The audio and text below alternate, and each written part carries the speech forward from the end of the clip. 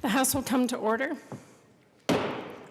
This morning, the morning pledge will be said by Kaylin Kazmarek from Chaparral High School in Parker, Colorado, guest of Representative Ransom. Please join me in the pledge. I pledge allegiance to the flag of the United States of America and to the republic for which it stands, one nation, under God, indivisible, with liberty and justice for all. Please call the roll. Here you go. Representatives Arndt,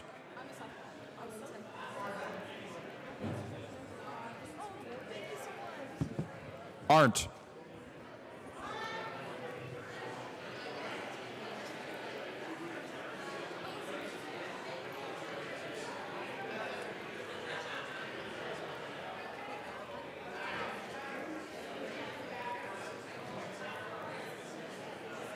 Go ahead and mark them, yeah. Excused. Baisley. Baisley. Excused. Beckman. Benavides. Bird. Barkenfeld. Buck. Buckner.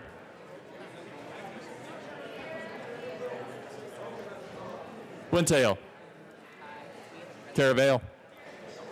Carver.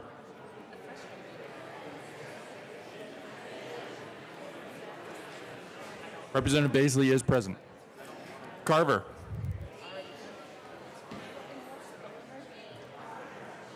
Excused. Catlin. Coleman. Cutter. Duran. Escar. Exum. Froelich. Representative Carver is present. Galindo. Garnett. Geithner. Gonzalez Gutierrez. Gray. Hanson. Herod. Putin. Humphrey. Jackson. Marquez Lewis. Kennedy. Kip. Kraft Tharp. Representative Arndt is present. Landgraf. Larson. Lewis.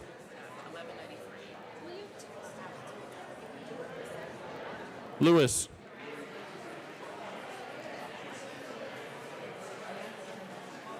Excused.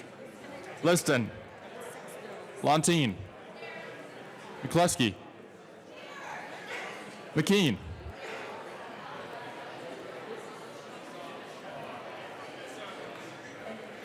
McKean.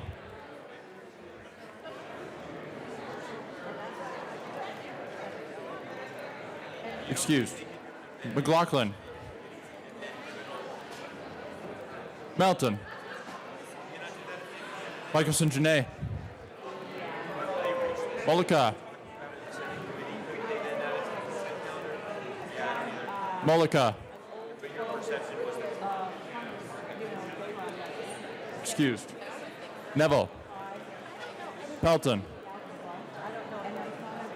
Ransom. Rich. Roberts. Sane. Sandridge. Singer. Sirota. Snyder. Soper.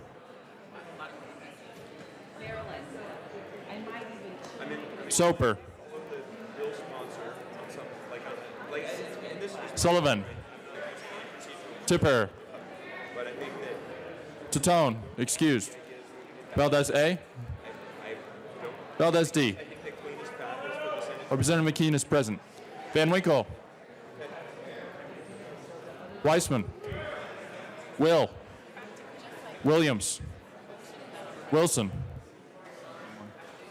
Madam Speaker.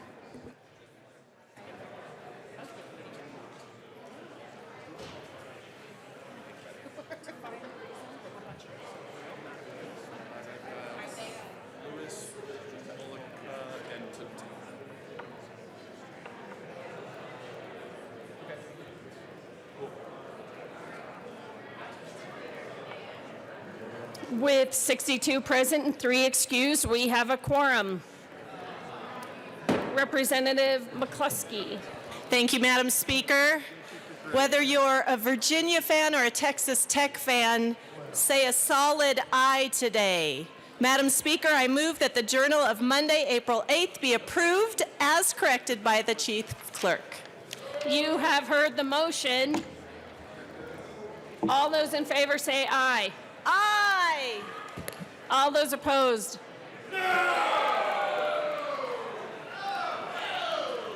The ayes have it, the motion passes. Any announcements or introductions?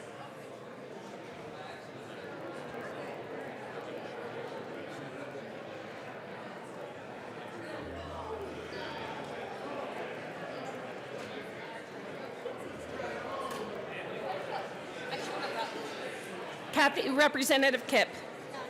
And Art. And Art. And Arndt. Thank you very much, Chamber. We would like to welcome our students from Liberty Common High School today. I understand they are in the gallery. If you are, wave. Okay, well, apparently they're not here yet, but when you see them, please say hello. Thank you. Just welcome the students. Any others? Representative Pelton. Thank you, Madam Speaker. These kids aren't in my district. They're right next to it. The senior class from Lyman High School is along the wall over there. Say hi.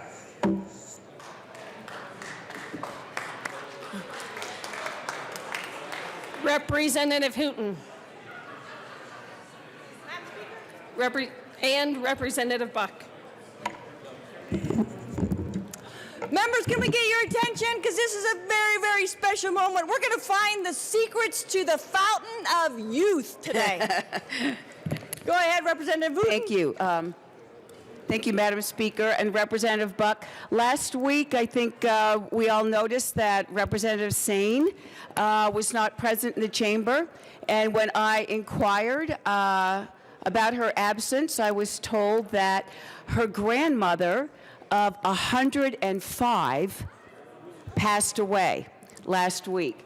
And so I spoke with Representative Buck about this, and I said, that is just absolutely unbelievable. And she said, let me show you a picture.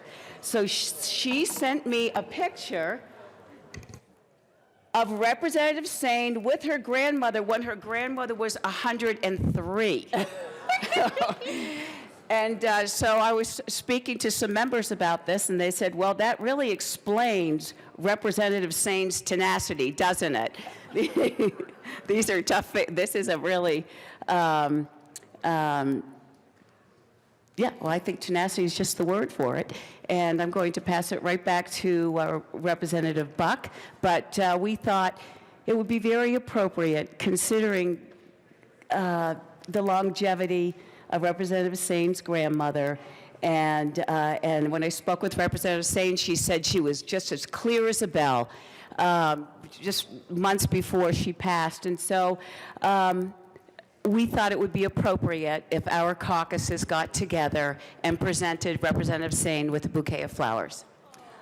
And I have to tell you, I don't know if she can do it, but I would love to hear her secret of her longevity, and maybe if she would just share a few words looks like an incredible grandmother, Representative Sane.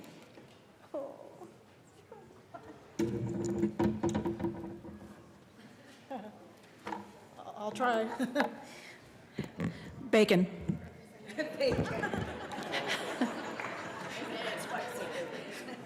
Bacon every morning.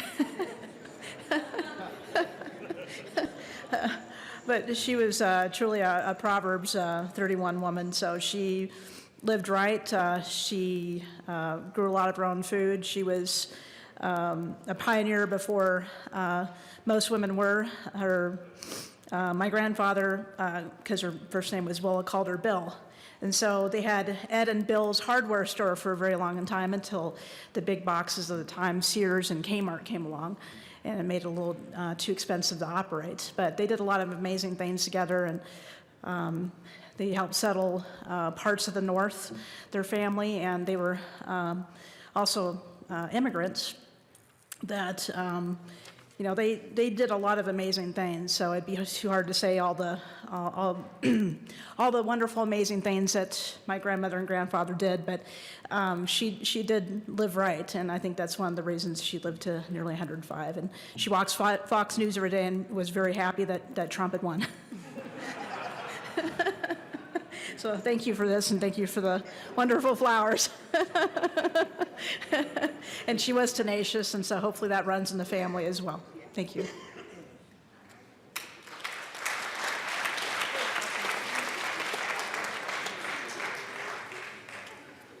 Representative Byrd. And Gray. Thank you, Madam Speaker. Members, today I hope you'll join me in welcoming. We have some really wonderful citizens here from House District 35 and 33, so I've brought up their Representative Gray to also join me in giving them a very warm welcome as they come to learn and see their representatives in work on their behalf.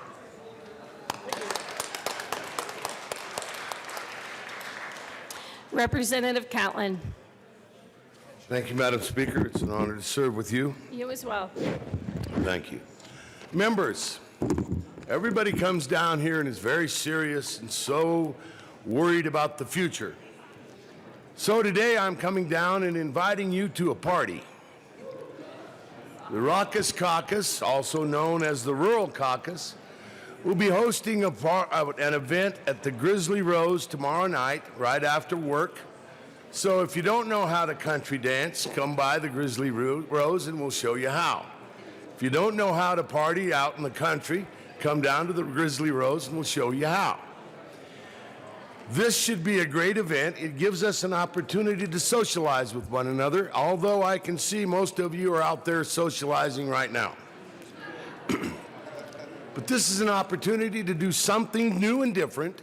The Raucous Caucus has not done this before. We've been very serious in bringing you issues and items that you might think about. Tomorrow night is an opportunity to come out, get to know one another in a completely different way. I know some of you will be in committee, but those of you who are not, please come by and celebrate pretty close to the end of the session and us getting to know one another. Thank you very much. We'll look for you there. Representative Hooton.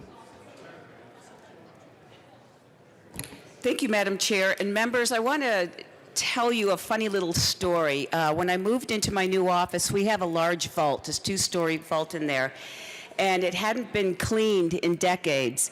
And so my aide and Representative Michelson Janae's aide spent a couple of days cleaning out the vault. And when they were on the second floor, I could hear them laughing, and they started to laugh hysterically, and I couldn't imagine what they were laughing about. So I went into the vault and inquired, and they came downstairs and they brought me a file of old Hummers scripts. Representative Wilson, a file of Hummers scripts starting as far back as 1973. So this is pretty funny, special stuff in here, and I know Representative Wilson is the keeper of Hummers scripts. So I'm going to lend this to you, Representative Wilson, and perhaps it might be helpful in the next several weeks. Thank you, Madam Speaker. Thank you, Representative Hooton. Representative McLaughlin.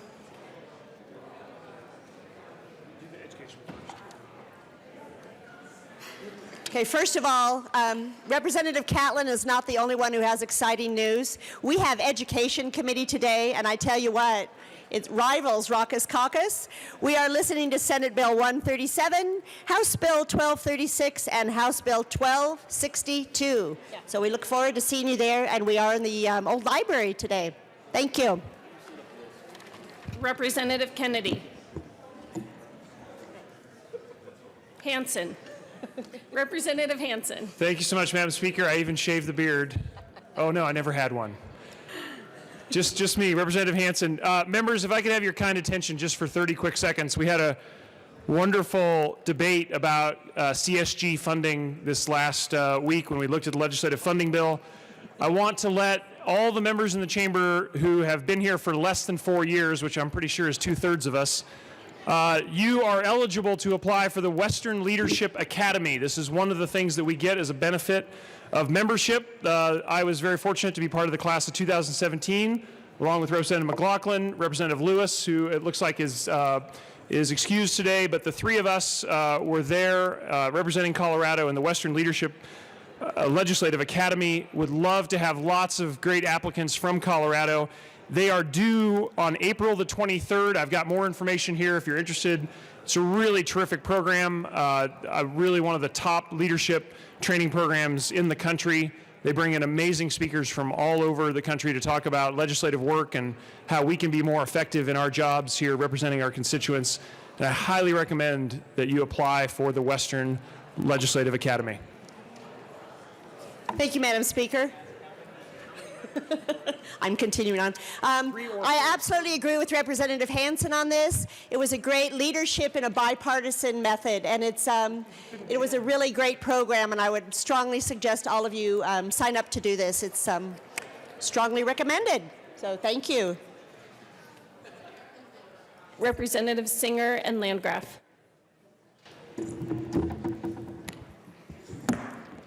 So we have another exciting and fun thing, and we care about children.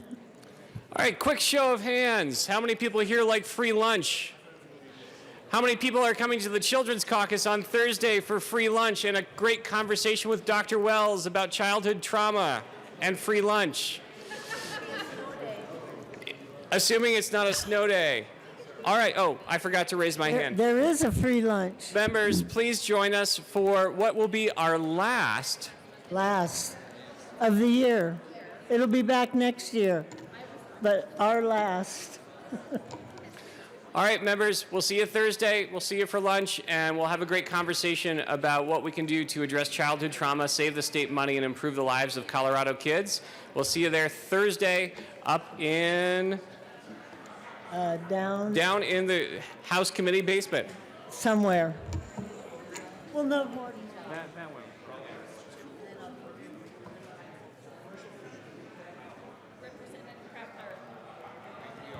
Thank you. So Business Affairs and Labor Committee, can I have your attention?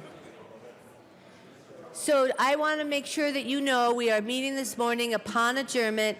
We have 2 bills this morning. Both Representative Arndt, House Bill 1290 and House Bill 1291. Thank you. Representative Luntine. Thank you, Madam Speaker. And for the members of the Health and Insurance Committee, we are also meeting upon adjournment today in room 107. We're hearing House Bill 1301 and House Bill 1285. See you there. Representative Weissman. Thank you and good morning, Madam Speaker. Judiciary members, this is your usual Tuesday reminder. We are meeting in room 112 at 1:30. We have 4 bills on the calendar today. 1226 back for action only. We heard that previously. Also 1282, 1283, and 1289. I went out of order there. The order is 1226, 1289, 1282, 1283. See you at 1:30. Are there any other announcements or introductions? Seeing none, Majority Leader Garnett. You want to read reports? Okay. Mr. Randall, reports of committees of reference. Committee on Appropriations. After consideration on the merits, the committee recommends the following bills be referred to the committee of the whole. Favorable recommendation: House Bill 1124, 1253, 1257, 1258, and 1259. Senate Bill 63, 64, 65, 90, and 139. The committee also recommends the following bills be amended as follows, and as amended be put to the committee of the whole. Favorable recommendation: House Bill 1239, House Bill 1248, House Bill 1261, House Bill 1266. Majority Leader Garnett.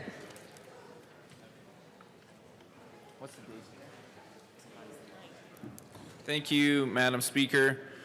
Members, I'm going to create a special orders calendar to maximize some of our time this morning. And just a quick update, I think the goal is for us to maximize second reading in the mornings this week to the best of our ability and try to get through as much as we can on Friday so that we don't have to come in on Saturday, but that is an option, which I know Jim just looked up and wasn't very happy. He gave me this sort of bad look.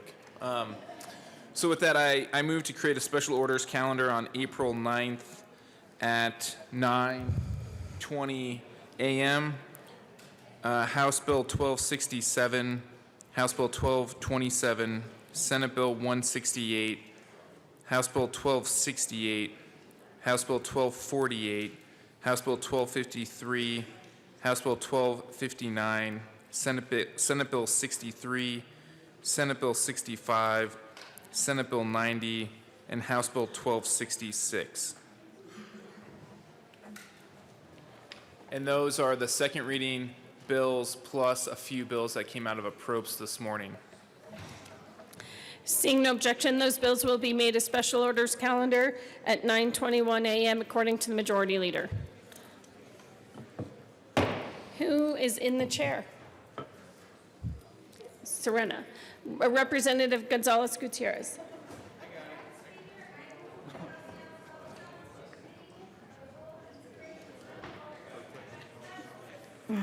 You have heard the motion. Seeing no objection, Representative Gonzalez Gutierrez will take the chair.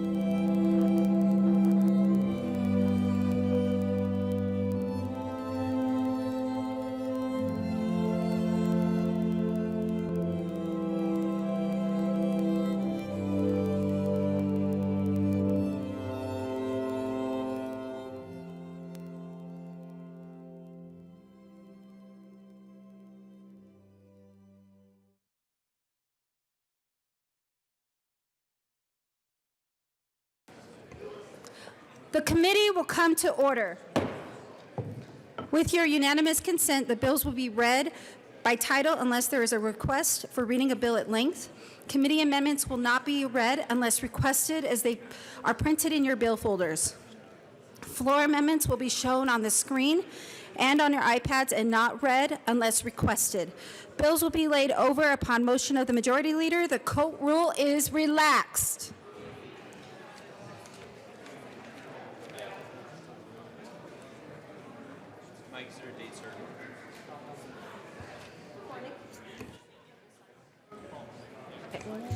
Mr. Randall, please read the title of House Bill 1267.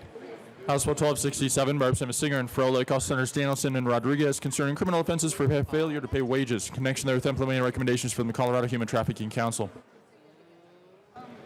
Representative Singer. Thank you, Madam Chair. It's an honor to serve with you. It's an honor to serve with you. Members, House Bill 1260, I move House Bill 1267 and the Judiciary Committee report. To the report. Thank you, Madam Chair. So, members, if you weren't in Judiciary, you missed quite a discussion. First time I've seen that. This bill is dealing with the human right to work with dignity. And within that, we called out the elephant in the room, which is a tough state Supreme Court decision called the Leonard decision, which interferes with the enforcement of workers' rights. And this law is set up to stay consistent with federal law and says that individual employers can be held liable for wage theft when there's also a corporate employer. But it applies a higher standard than we have ever seen before. And so what we've done is we've worked through the Judiciary Committee with a number of amendments, and we have one additional amendment on the Judiciary Committee report, and with that I move Amendment L007 and ask that it be displayed. Okay. Amendment L007 is properly before us. Please proceed, Representative Singer. Thank you, Madam Chair. After hearing back from the Judiciary Committee, there was a further concern about the definition of employer, and so what this amendment does is it says that we are creating the same standard as it already is in federal law, and including a foreign labor contractor and a contractor and migratory field labor contractor or crew leader. The idea here is to say we are setting the floor at what the federal government already expects, and we are making that clear in state statute that that is where we're going to be with this amendment. Groups like Uber have gone neutral on this bill even prior to this amendment. We've worked with the contractors and the State Chamber of Commerce. They are currently going back to their membership to encourage them to go neutral as well with this language. The Restaurant Association has already gone neutral with this language. That being said, our coalition of folks on the other side have held with this and have worked in good faith with people who would otherwise be opponents on this bill. And so I appreciate the good effort and ask for an aye vote on Amendment L007. Any further discussion? Representative McKean? Thank you very much, Madam Chair. Folks, this is the way it really ought to work. When we talk about making sausage, this is the product. It's Jimmy Dean's Sage sausage for breakfast. But what we really had an issue with, I was the only no vote in Judiciary. What we really had an issue with was both the definition before we amended it coming out of Judiciary for employee, but also employer. And it makes so much sense when we talk about how we need to tighten these definitions up, because what we do not want to have is incumbent liability on people who are not intended to be under this. So I urge an aye vote on this amendment, and I will be an aye vote on the bill. Thank you so much for your work. I really appreciate being able to work through things, because reasonable people can disagree, and then we can figure it out. Thank you. Any further discussion? Okay. Any further discussion on this bill or on the amendments? Okay, no further discussion. The amendment before, concerning the amendment before us, Amendment 007, all those in favor say aye. Aye. Opposed, no. Amendment L007 passes. Representative Singer to the committee report. Thank you, Madam Chair. I just renew my motion for aye vote on the committee report. Great work by the committee, and my thanks to our friends across the aisle for listening to us and working with us on this as well. Thank you. Seeing no further discussion, the question before us is the passage of the Judiciary Committee report. All those in favor say aye. Aye. Opposed, no. Committee report passes. To the bill. Should I move the bill? Oh, do you want to talk now? Do you want to talk now? Yeah, do I move the bill? Yeah, yes.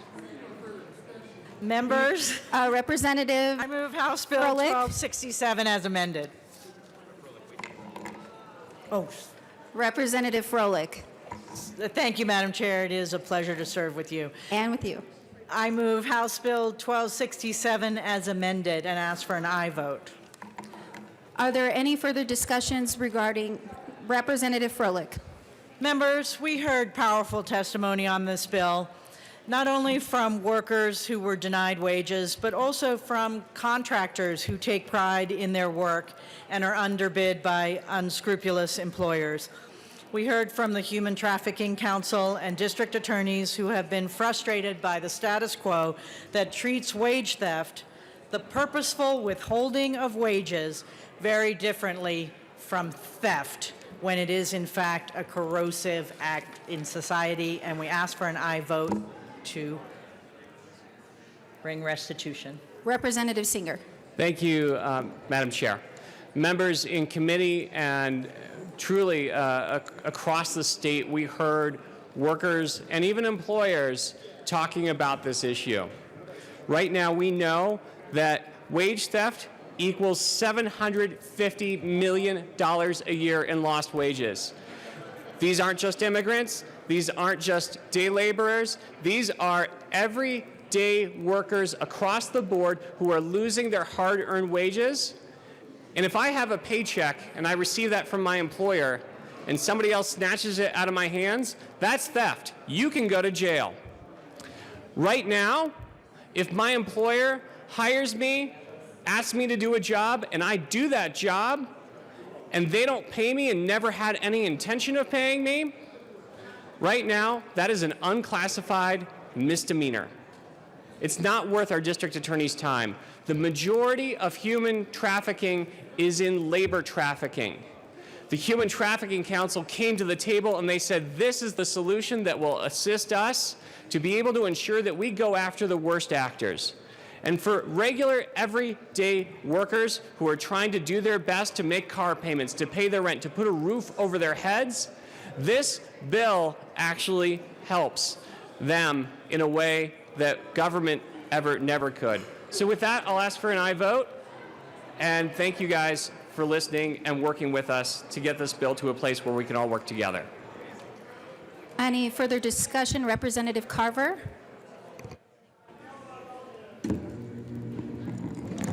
Thank you, Madam Chair, and I want to thank the sponsors for bringing this very important bill. We have needed a strong bill like this to address the widespread labor trafficking that is going on in Colorado.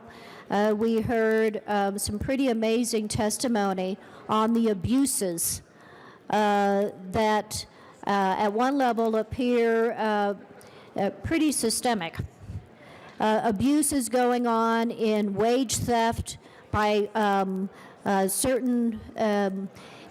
by some contractors in order to gain a competitive advantage over those that are following the law and treating their employees correctly and paying wages and following the rules.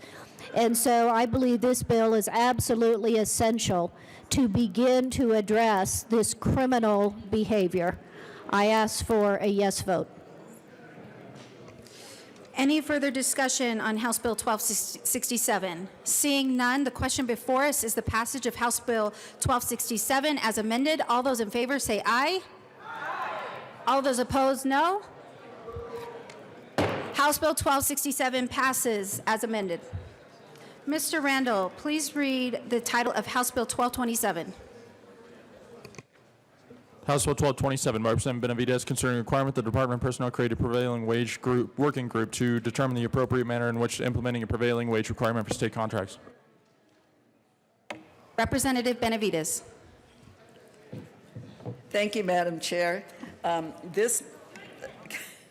Could I move House Bill 191227? Yes, Representative Benavides, proceed. Members, what this bill does is it creates a prevailing wage working group in Department of Personnel and Administration to ask them to work with Department of Labor and other stakeholders to determine if the state should move towards a prevailing wage on all state contracts. As you know, or may not know, that we are actually experiencing a crisis with respect to a labor shortage for construction workers. There's an expectation, and they have gone from 20 to 50,000 construction workers will be needed in the next 20 years, and we don't have a good pipeline to do it. Which, with so much construction going on and expected to continue, we're already paying and having to pay a competitive bid price for construction contracts. So it's looking at how to do this. But the reality is, of paying prevailing wage, we are able to get more workers into the construction industry where they are paid a wage that they can comfortably live as middle class, raise their families, send their kids to school. So it's an important mechanism. It's my understanding that this is an issue that all construction companies are facing, not just union constructions, but other non-union construction companies. It's hard to keep people in that field. In fact, there's a bill that's moving through the Senate where the Association of General Contractors agrees we should have prevailing wage, and they're moving to do this more immediately. So this is sort of a bill that, in case that doesn't happen, to study it more. So with that, I'd urge an aye vote. Any further discussion? Representative Sandridge. Thank you, Madam Chair. Yeah, I'm in agreement that I think these workers do deserve more money. I think a lot of people in different areas, including us, deserve more money for some of the work that we do. But the market dictates the value of certain skills at any given time. So what I'm concerned is just the ramifications of this action. The construction companies only have so much money. The the people paying the construction companies only have so much money for a certain, for building any certain type of structure. So what I'm concerned is in the long run, will this actually kill jobs? Will construction companies go to different states because they can't afford to work here? What I'm concerned is we have a crisis of housing. Will this make it worse? Like I said, there is I think I understand the genuine concern of people deserve more money, but these type of techniques, some type of business and social engineering, have been tried in different areas, and it came back to people losing their jobs, companies leaving the state, going to different states where they don't have these types of rules. So what I do is I urge everyone to actually read the bill, research the negative ramifications of something like this, and I urge a no vote. Thank you. Members, if we could quiet down here in the chamber and take your conversations outside, it's getting a little bit loud and difficult to hear up here. Thank you. Representative Beckman. Thank you, Madam Chair. In some ways, this bill I like, even though I'm not going to vote for it, and I don't think we should vote for it, but it does at least let the small businesses of Colorado understand what is going to happen here if we move to prevailing wage laws. Discussing with our state architect, Mr. Friedberg, about what that would add to additional cost, it is about 10%. We currently have $2.8 billion worth of construction projects in the pipeline for the state of Colorado. This is going to be very, very expensive. But my biggest concern is that currently right now when we bid, there are two ways that people can win the project, and that is through low bid or best value. It's very inclusive. Small businesses across the state of Colorado can compete in our state system. They don't have to be union shops, and they work in a very different manner than some of these large construction organizations that could comply. If we move into prevailing wage, what it will do is it will take a lot of our small businesses out of the ability to contract with the state. And there is some fast-moving legislation coming, but this study, what it will do is actually give time so that we can give notice to the people of Colorado and the small people that have been bidding on the state projects that they will no longer be able to comply and they will no longer be able to bid. And I'm very concerned about that. I'm very concerned about the increased expenses that we know, 5 to 10% on every project. But even more significant than that is if we move to this prevailing wage type of, it just move into contracting with organizations that are unionized, we'll have higher costs and bids. The project awards are going to be delayed. We're going to have increased construction and overhead costs, increased workload for contract consultants. And my concern is that some of these small contractors that actually do work that is very specific, like putting glass in buildings, will not be unionized. They will not be able to pay prevailing wage, and they will not be able to compete in the state system. If the goal is to really only contract with unionized organizations, I think it's only fair for those small businesses in Colorado to understand they will no longer be able to contract out with on these state projects. And if we move toward this, the transportation will be next. I'm sure this bill will include looking at paying prevailing wages for our local road projects, which will add a tremendous amount of increase in spending and not actually guarantee any higher quality. That's what the studies show in places where prevailing wage has passed. So you're paying more and you're not getting better quality, and I think that the citizens of Colorado deserve more. Any further discussion? Representative Williams. Thank you, Madam Chair.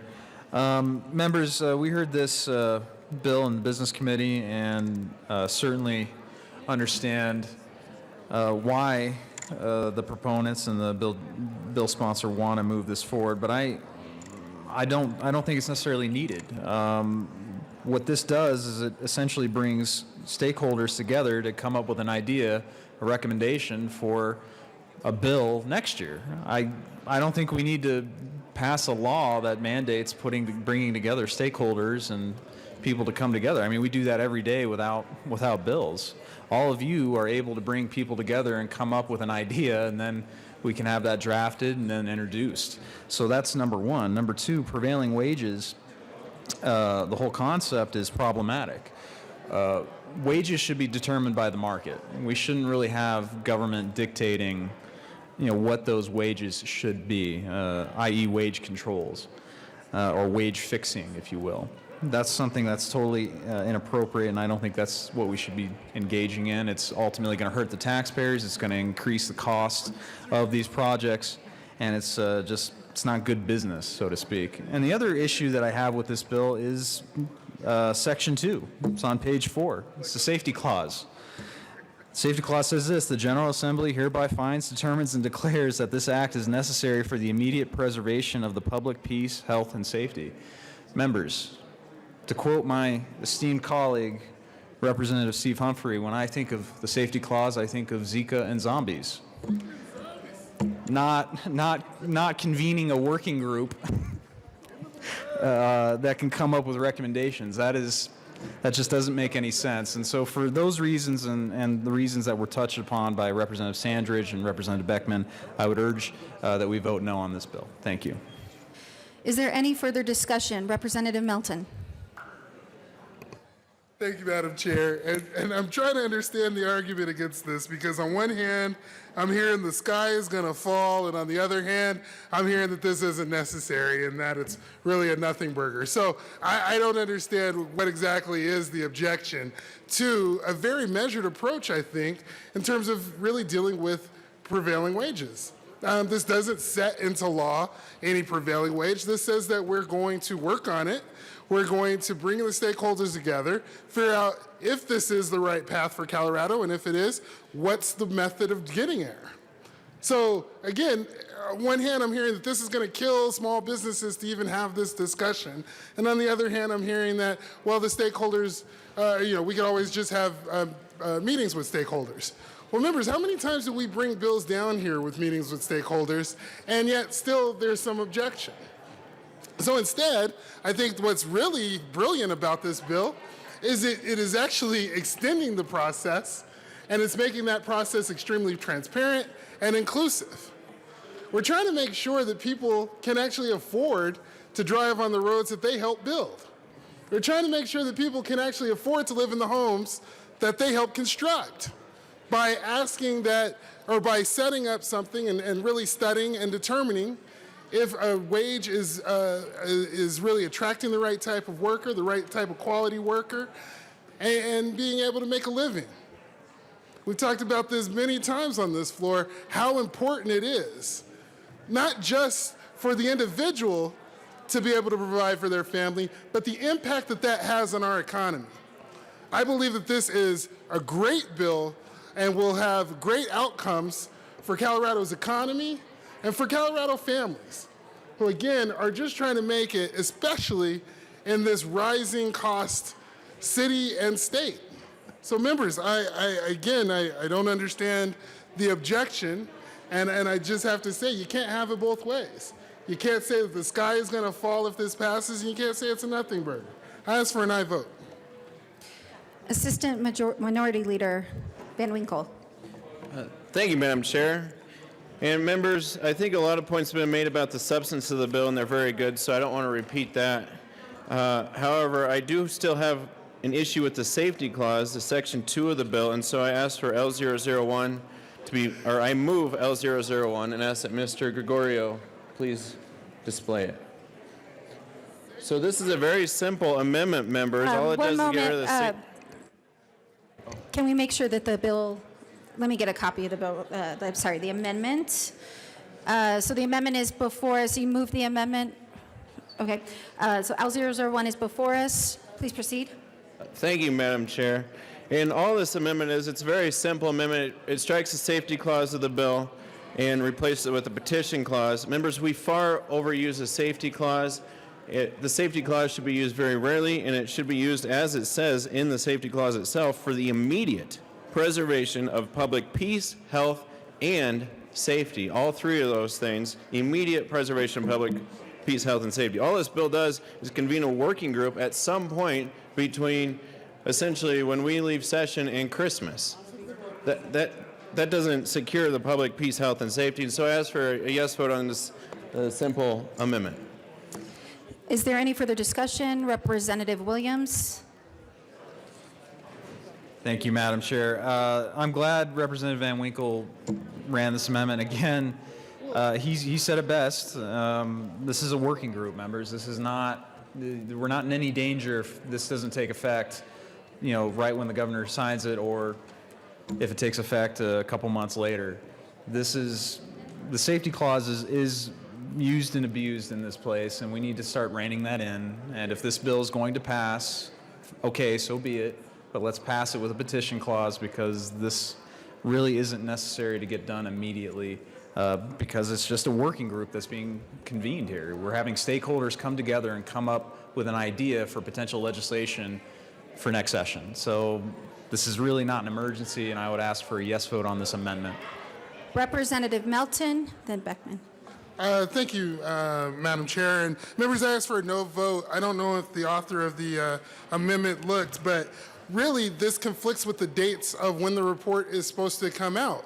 The lines on page 4, lines 1 and 2, the report is supposed to come out on December 31st, 2019. If we pass this, then it would actually mean that the effective date for having the report even started comes after the time that the report is supposed to come out. The reason why we're asking, your effective date is November 2020, or it has to,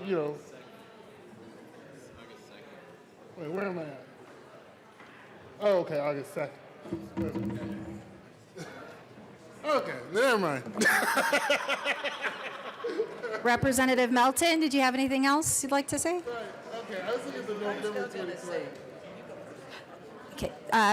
Representative Beckman was up next. Okay. Seeing any further discussion, Representative Humphrey. Thank you, Madam Chair, and I just wanted to rise in support of this amendment. I appreciate the hard work that Representative Van Winkle is putting in here, and I think that he makes a very strong argument that there really is not a need for a safety clause, and it makes a bit of a mockery of the safety clause. I urge a yes vote, and I'm sure that Minority Leader Neville agrees as well. Thank you. Representative Benavides. Members, I urge a no vote on this amendment.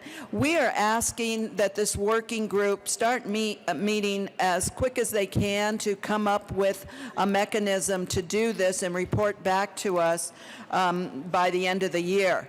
If we have to wait until August before they can do anything, that takes another 3 months off of a very short time frame. And that's the purpose of the safety clause. Again, we are in a crisis situation in this state with respect to construction. In January of this year, there was an article, and it says in here is that about just the title, subtitle, about 85% of contractors describe a hard time filling open jobs. That over 40% of those were saying that they had a lack of help, which delayed the completion times of projects. So we are in a crisis situation, and we need to start looking at how we can implement this. And I'll save the rest, but I urge a no vote on the amendment. Representative Beckman. No. Representative Williams. Thank you, Madam Chair. Again, I understand the desire to want to have this bill enacted as quickly as possible. I mean, you're trying to pass a bill. You want it to be effective as quickly as you can. But the truth is, members, if we're bringing a working group together, if we're bringing stakeholders together, we don't need a bill in the first place to do it, and we certainly don't need a safety clause to do it, which is sort of I think the issue here. If we want the stakeholders to come together, just pick up a phone. I mean, as a legislator, I can pick up a phone and get stakeholders to come to a meeting, and we can start working on this without having to actually have legislation that has a safety clause on it. We don't need the safety clause on this. And, you know, I'll save my comments for the bill overall later, but the point being here is we absolutely don't need a safety clause. We can get people together as legislators. We can ask departments and other stakeholders to come together and start working on something without a bill on the books. So I would ask for a yes vote on this amendment. Is there any further discussion on Amendment L1? Seeing none, the question before us is the passage of Amendment L001. All those in favor say aye. Aye. All those opposed, no. No. Amendment L001 fails. To the bill, Representative Beckman. Thank you, Madam Chair. I just want to come back and talk about to discuss the comment of the sky is falling. It's not necessarily that the sky will fall with this working group, but it is starting into putting into place something that will overregulate small businesses. It will decrease competition in our state contracts. It will eliminate the inclusive nature of our bidding process in the state of Colorado. Just a few years ago, we had tremendous amounts of stakeholders and small businesses at the table to look at our procurement processes in the state of Colorado so that we could open it up to all businesses in Colorado. And we just approved new procurement codes just recently, I think it was last year, it might have been the year before, that allowed for competition in projects and inclusiveness. This task force is so comprehensive, it will deal with anything that is contracted, services and construction projects, and it will increase cost, and it's going to hit the small businesses of the state of Colorado. I would ask for a no vote. We don't really even want to get this going down the tracks. Of course, this working group will have a lot of people from labor organizations represented, and I know that that is their intent, and it would be very beneficial to the large contractors and those organizations that are unionized. But there are a lot of small businesses in Colorado that are not. They provide exceptional services. They're good employees. They pay their employees well. In this market, you have to keep good employees, and this sets us down a track of really having legislation next year that will change dramatically the way that Colorado has done its bidding in an open and inclusive way, and I would ask for a no vote. Representative Benavides. Members, I think we've gone back and forth on this bill, so I would urge a yes vote. Seeing no further discussion on House Bill 1227, the question before us is the passage of House Bill 1227. All those in favor say aye. Aye. All those opposed, no. House Bill 1227 passes. Mr. Randall, please read the title of Senate Bill Mr. Majority Leader. Thank you, Madam Chair. It's an honor to serve with you. It's an honor to serve with you. I move to lay over Senate Bill 168 one day till April 10th. Seeing no objection, Senate Bill 168 will be laid over. Mr. Randall, please read the title of House Bill 1268. House Bill 1268 by Representative Singer and Van Winkle. Senators Todd and Heising concerning a requirement that a federal referral agency make disclosures to a prospective resident of an assisted living residence. It's up to you. I can do it. Mr. Majority Leader. Thank you, Madam Chair. I think we are just trying to identify where Representative Singer may be. But, oh, there he is. Great. Paging Representative Singer. Assistant Minority Leader Van Winkle. Thank you, Madam Chair. I move House Bill 1268. And there is no committee report. Please proceed. Thank you, Madam Chair. This is a fairly straightforward disclosure bill that is very important to the seniors of Colorado and to those seeking assisted living in our great state. Representative Singer. Thank you, Madam Chair. I appreciate what Minority Leader said. This was a unanimous vote, if I remember correctly, out of committee. With the silver tsunami coming, we all deserve transparency in this marketplace. Whether you're looking for a place for your friends, your family, or even yourself, you should know if there's a conflict of interest out there. That's what this bill does. It's a very light touch that inserts transparency into the marketplace, and we ask for your aye vote on House Bill 1268. Is there any further discussion on House Bill 1268? Seeing none, the question before us is the passage of House Bill 1268. All those in favor say aye. Aye. All those opposed, no. House Bill 1268 passes. Mr. Randall, please read the title of House Bill 1248. House Bill 1248 by Representatives Weissman and Cutter concerning measures to promote transparency about the activities of persons lobbying state government officials. Representative Weissman. Thank you, Madam Chair. I move 1248, the State Affairs Report and the Appropriations Report.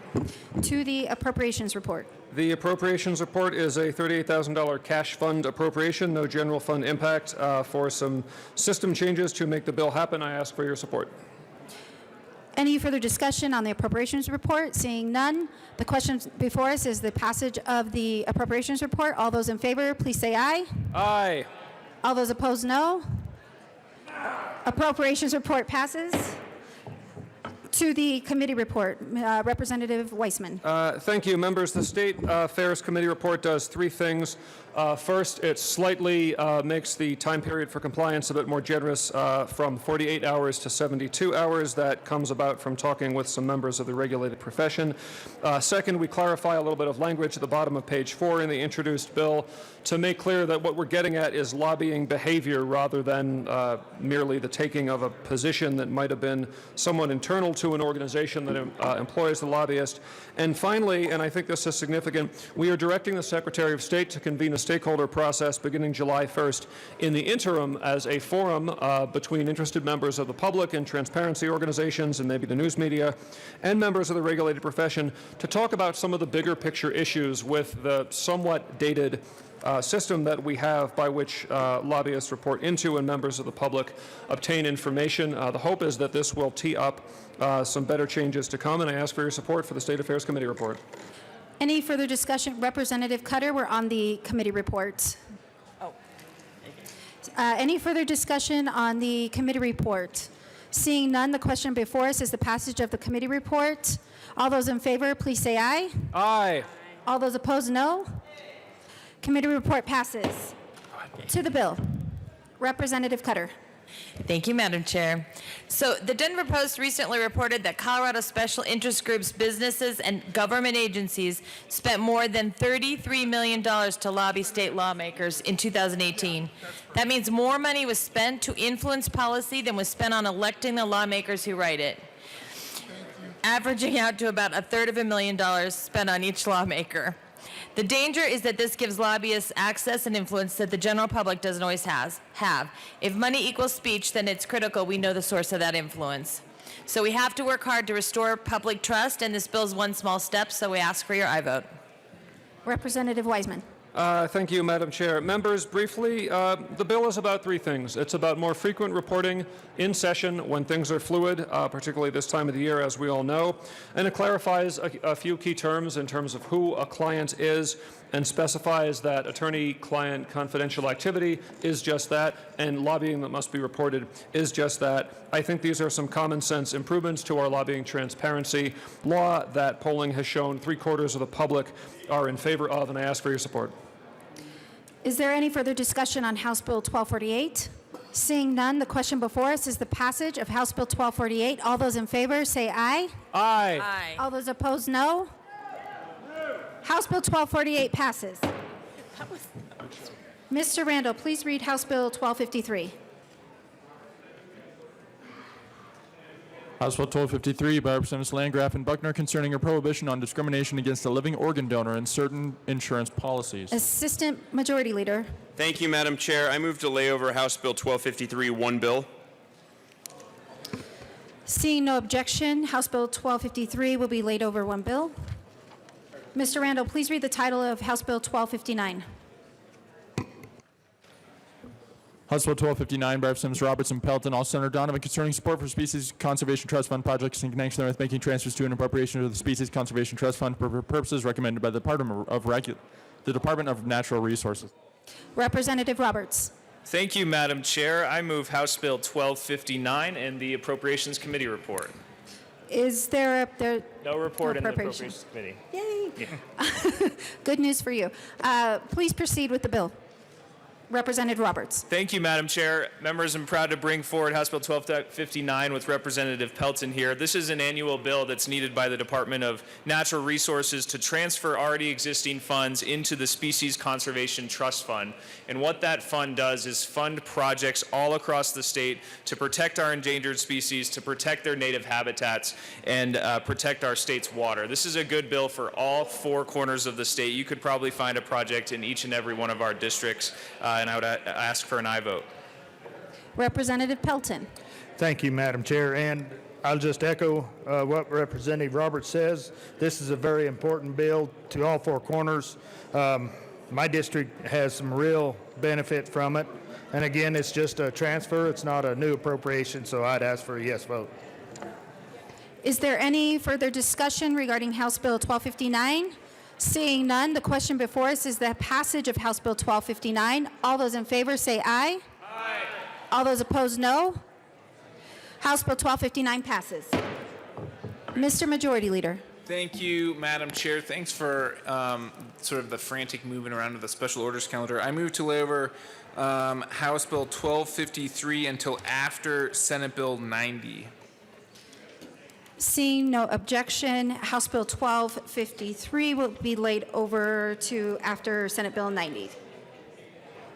Mr. Randall, please read the title of Senate Bill 63.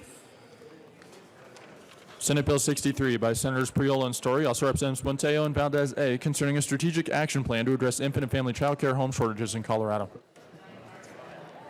Representative Valdez. Thank you, Madam Chair. It's an honor to serve with you. Oh, it's an honor to serve with you.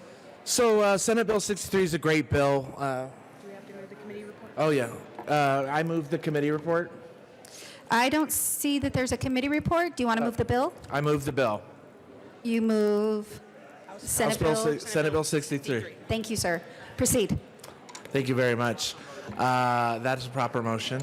Anyway, so basically what we're seeing in Colorado is a reduction of home-based infant and child care services, over 50% in Denver. What this bill does is it creates a study group that will find out the reasons why we're seeing such a reduction in home child care services, and this committee would make recommendations back on how we can change that and how we can get more home-based infant and child care providers. It's a great bill. It's great for all of us with 2/3 of mothers with children under 6 working outside the home and the quickly growing cost of child care. This seeks to just find the reasons why and then make recommendations on how we can reduce them. So I urge an aye vote. Representative Buentello. Thank you, Madam Chair. I rise as the co-prime sponsor of this bill, and frankly, I rise as a mother. You know, many of you guys know that my husband deployed several times, once to Iraq, and that was 3 weeks after my son was born. Members, can we please take conversations to the outside again? It's getting a little bit loud. You go, girl. You can keep going. Please proceed, Representative Buentello. Thank you, Madam Chair. 3 weeks after my husband left for Iraq, I had no childcare. I was alone at Fort Riley, and I really wanted to finish my degree. So I faced the daunting task of finding childcare for the very first time. And what I found, first of all, was that I wasn't alone. I actually consider this, and I'm not alone, experts back me up in saying that this is a major source of economic of economic slowdown because women cannot enter the workforce due to the prohibitive cost of childcare as well as the scarcity of it. This bill is the first step in a long, long line of action that we need to take to correct this problem of childcare in Colorado. It's slowing down our economic development. It's frankly, it stresses families. It certainly stressed my family budget when we paid over $780 a month for childcare while I finished my degree. Good bill. Vote for families. Vote yes. Is there any further discussion regarding Senate Bill 63? Representative Beckman. Thank you, Madam Chair. And I support this legislation. I think it will be interesting to see what impacts the regulations that over the last 5 years we've implemented that are for daycare centers and home centers, but not necessarily for home centers. And I think that some of the regulation has really caused some very good daycare workers and that wanted to have daycare in their homes to just walk away from it. And so I'm hoping that we can identify over the years what we have done for the sake of children, but what it has actually done is that it's dried up the opportunity for people who, there are a lot of good at-home daycare providers that walked away from it and said, I'm not going to do it anymore because I just don't want all these regulations. I don't want to do the paperwork. And I think this is a great bill, and I think we'll understand what some of the regulations are that need to be removed. Seeing no further discussion, the question before us is the passage of Senate Bill 63. All those in favor say aye. Aye. All those opposed, no. Senate Bill 63 passes. Mr. Randall, please read the title of Senate Bill 65. Senate Bill 65 by Senator Garcia, House Representative Exum, concerning the creation of a peer health assistance program for emergency medical service providers, in connection therewith making an appropriation. Representative Exum. Thank you, Madam Chair. It's an honor to serve with you. It's an honor to serve with you, sir. I move Senate Bill 65 and the committee report on public health, care, and human services. To the committee report. Thank you, Madam Chair. In the Public Health and Care Human Services Committee, we amended to bill two amendments, amended to go to appropriations, and also we amended to say that any certificate holder that self-refers themselves, that they abide by the program that's in place. And I ask for an aye vote. Is there any further discussion regarding the committee report? Seeing none, the question before us is the passage of the committee report. All those in favor say aye. Aye. All those opposed, no. Committee report passes. To the bill. Thank you, Madam Chair. Members, Senate Bill 65 is a peer health assistance program for our emergency medical providers. It gives them some assistance when they're going through difficulties in their life and not able to perform their duties. And it gives them, it's cash funded. They pay a small amount fee up front, and the guardrails around it, if someone is emergency medical provider is having some difficulty, in order to get their license renewed or to obtain their license, they'll have to go through a peer assistance program if they're referred to one or self-referred.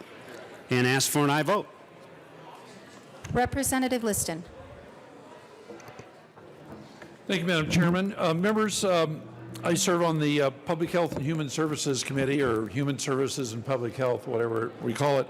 And we did hear this in committee, and this is a good bill. It passed out of committee 11-0, and I rise in support of Senate Bill 65. We always talk about our first responders that are there, protecting us, whether it's the sheriffs who are post-certified or the police that are post-certified. But actually, the EMT people are not post-certified, but I'm not going to go down that rabbit hole, believe it or not. Thank you, I'm here to just talk about the EMT people. Even though they are not post-certified, they do tremendous work. and they are there to help the public, and they're in very traumatic situations, as I'm sure Representative Exum knows, is a lot of times they could be the first ones there, and they see a lot of traumatic situations, and they do, and they probably can use some mental health guidance and so forth. I have spoken to the Senate sponsor of this, Senator Garcia, and I've talked to a lot of the good people in the EMT, EMS area, and I feel convinced that this is a good thing to do. And so I rise in support of Senate Bill 65 and encourage an aye vote. Is there any further discussion regarding Senate Bill 65? Seeing none, the question before us is the passage of Senate Bill 65. All those in favor say aye. Aye. All those opposed, no. Senate Bill 65 passes. Mr. Randall, please read the title of Senate Bill 90.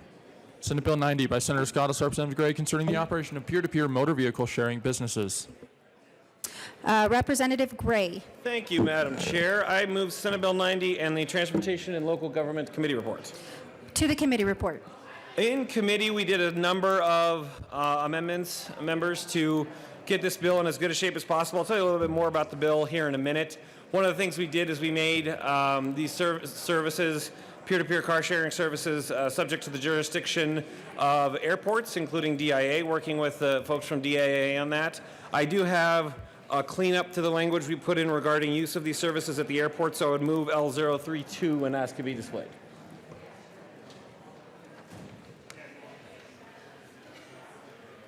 The Amendment L032 is before us. Please proceed. Amendment L032, as I said, sort of cleans up the types of contact you can have with the airport or the airport area, at which point you would need to submit to the jurisdiction of the airport as part of one of these services, and I'd ask for an aye vote. Is there any further discussion regarding Amendment L32? Seeing none, the question before us is the passage of Amendment L32. All those in favor say aye. Aye. All those opposed, no. That amendment passes. Representative Gray, to the committee report. I would ask for an aye vote on the committee report. The question before us is the passage of, is there any further discussion? Seeing none, the question before us is the passage of the committee report. All those in favor say aye. All those opposed, no. Committee report passes. To the bill, Representative Gray. Thank you, Madam Chair. Senate Bill 90 places regulatory structure around peer-to-peer car sharing services. These are services that exist right now under a few different names, but it's basically an Airbnb for your car, where if you're not going to be using your car for a period, you can let somebody else use your vehicle instead. Right now, there aren't insurance requirements for people using those services. There are requirements with respect to safety if a vehicle is recalled. This would put those guardrails on this service and allow it to continue. I'd ask for an aye vote. Is there any further discussion regarding Senate Bill 90? Representative Carver.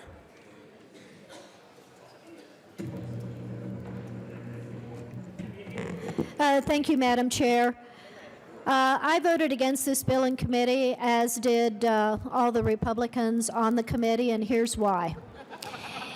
The stated purpose of the bill is to facilitate individuals being able to use their private vehicles and make them available for ride sharing. But the structure of the bill is much, much broader than that, in a way that I think creates an unfair playing field with rental car companies. Here's how. There are two key provisions of the bill, and it says it can include cars or car sharing arrangements as long as the car is not exclusively for car sharing. So that could be one day out of the year where it's not being used for car sharing. The other provision says that it can be a personal car for purposes of car sharing, but it doesn't say that the predominant use is for personal use. So why does this matter? Well, rental car companies right now pay the faster surcharge. They pay other taxes. They have other rules and regulations. And the peer-to-peer are not subject to any of that. Now, one could argue that the rental car companies can simply go to this other model, and that may very well occur. But to say in this bill that the goal is to facilitate personally owned vehicles to do part-time sharing to generate money, the bill is not limited to that. It is much, much broader. And it does facilitate a business model that is basically doing the exact same thing as our current rental car companies, but without being subject to the same rules. So for that reason, I'm a no vote. Representative Melton. Thank you, Madam Chair. And members, I rise in support of this bill, but there is still a problem.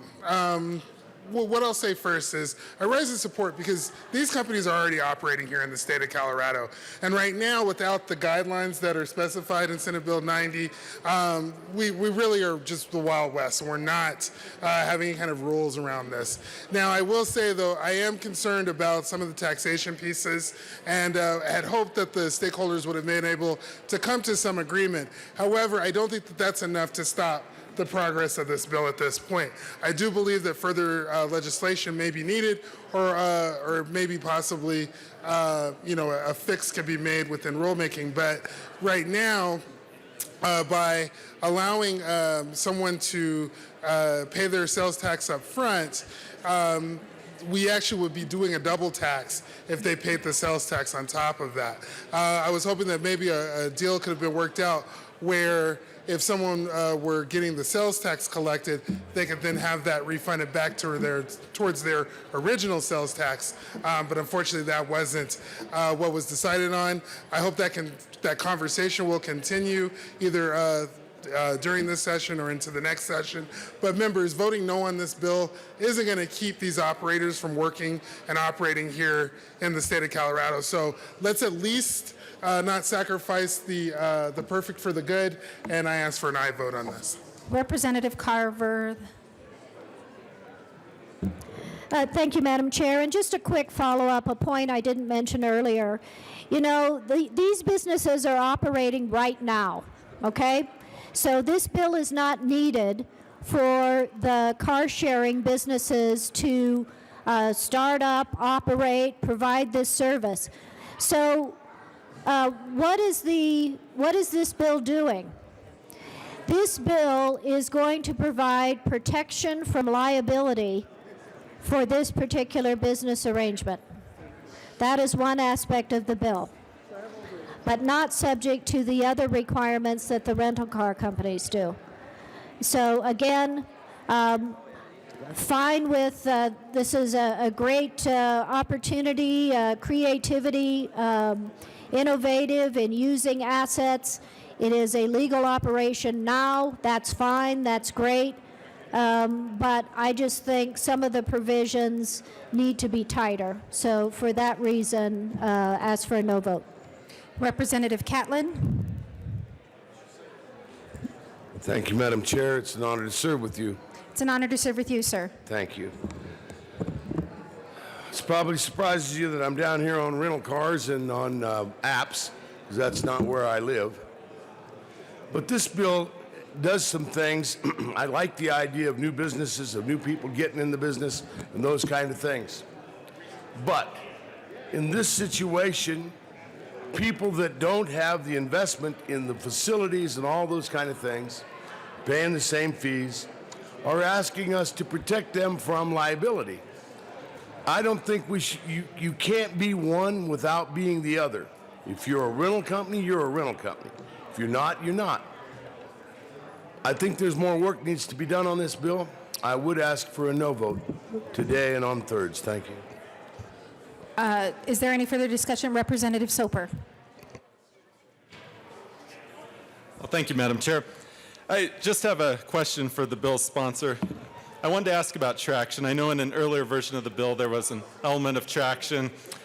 And as someone who commutes back and forth between Delta and Denver every week to be here, I can tell you that that's of great concern for me. So I would like to ask about the liability aspects. So if I'm renting on one of these peer-to-peer platforms, as the renter, am I liable for having proper traction, or would that fall under the car owner? Is there any further, Representative Gray? Thank you, Madam Chair. Thank you, Representative Soper, for the question. I believe, and again, we had a traction control bill. I may summon Representative Roberts up here in a moment, but I believe that the driver is responsible for meeting the traction control requirements of the vehicle. I don't believe that you would need to make proper provisions in order to handle that. Again, not changing that or implementing that with respect to this bill, but just under legislation that's pending under current law and some legislation that's pending that it's the driver's responsibility as opposed to a car owner's responsibility. Representative Soper. Oh, thank you, Madam Chair. So the driver would be the one that would need to make sure that you were carrying chains, in which case under this, the driver carries all the liability and the owner actually doesn't. Would that be correct? Or? Oh, I'll repeat myself. So it would be the driver who'd be responsible for all the liability, not the owner of the vehicle. But under a scheme like, say, traditional rentals, like Enterprise. Yes. Representative Soper. Thank you. No, I'm distracted over here. We would have a scenario where that traditional car rental company would be responsible for maintaining traction devices on the vehicle to meet current or future Colorado law. But under this bill, the owner of the vehicle wouldn't have to. Is that correct? Representative Gray. Thank you, Madam Chair. I'm not familiar. There are significant differences between a car that is owned by a car rental company and a car that is owned by a private individual who shares it on a peer-to-peer basis. I'm not actually personally familiar with what the requirements for traction control are with respect to rental car companies, because this bill doesn't deal with rental car companies, so this doesn't change it one way or another. I'm not personally familiar with what the maintenance requirements are for car rental company-owned vehicles. Oh, thank you. Is there any further discussion regarding Senate Bill 90? Seeing none, the question before us is the passage of Senate Bill 90 as amended. All those in favor say aye. All those opposed, no. Senate Bill 90 passes. Assistant Majority Leader. Thank you, Madam Chair. I move to lay over House Bill 1253 to the end of the second reading calendar. Seeing no objection, House Bill 1253 will be laid over to the end of the calendar. Mr. Randall, please read the title of House Bill 1266. House Bill 1266 by Representative Herod, Senator Fenberg, concerning the voting rights of persons serving a sentence of parole. Representative Herod. Thank you, Madam Chair. I move House Bill 1226 and 1266. There's a appropriations. And the State Affairs and Appropriations Committee report. Thank you, Representative Herod. To the appropriations report. The Appropriations Committee appropriated funding. It's a cash fund, and I ask for an aye vote. Is there any further discussion regarding the appropriations report? Seeing none, the question before us is the passage of the appropriations report. All those in favor say aye. Aye. All those opposed, no. Appropriations report passes. To the committee. Representative Herod. Thank you, Madam Chair. The State Veterans Affairs Committee fixed a technical amendment to actually add the date or the bill number to the bill 1266. I ask for an aye vote. Is there any further discussion regarding the committee report? Seeing none, the question before us is the passage of the committee report. All those in favor say aye. Aye. All those opposed, no. Committee report passes. To the bill. Thank you, Madam Chair. This bill is a straightforward bill. Colorado, we already have some quite extensive allowances for those who can and cannot vote. The Colorado Constitution states that you can't vote while you're incarcerated. However, it does not state that you cannot vote while if you're on parole. This bill will allow parolee voting in Colorado. We will join states like Montana, Utah, North Dakota, Oregon, Ohio, and Indiana, Michigan, and others. I ask for an aye vote. Is there any further discussion on House Bill 1266? Representative Humphrey. Thank you, Madam Chair, and heard this bill in committee, and I wish I had the folder in my hand right now, but I don't. But I voted no. I just think that this is something that we should leave alone at this point. I think that there's been a reason that we have left this so that parole is finished out before we have individuals voting again, and there's something to be said for the wisdom of that. So at this point, I think that we should go ahead and leave it alone. Thank you. Is there any further discussion? Minority Leader Neville. Thank you, Madam Chair. Members, I also urge a no vote. Quite frankly, to get your rights fully restored, you should have completed your total debt to society. Being on parole means that you have not completed that full debt to society. And I think that it's important that you should complete that entire process before you can actually have influence on how laws are changed, things of that nature. So I urge a no vote for those reasons. Representative Singh.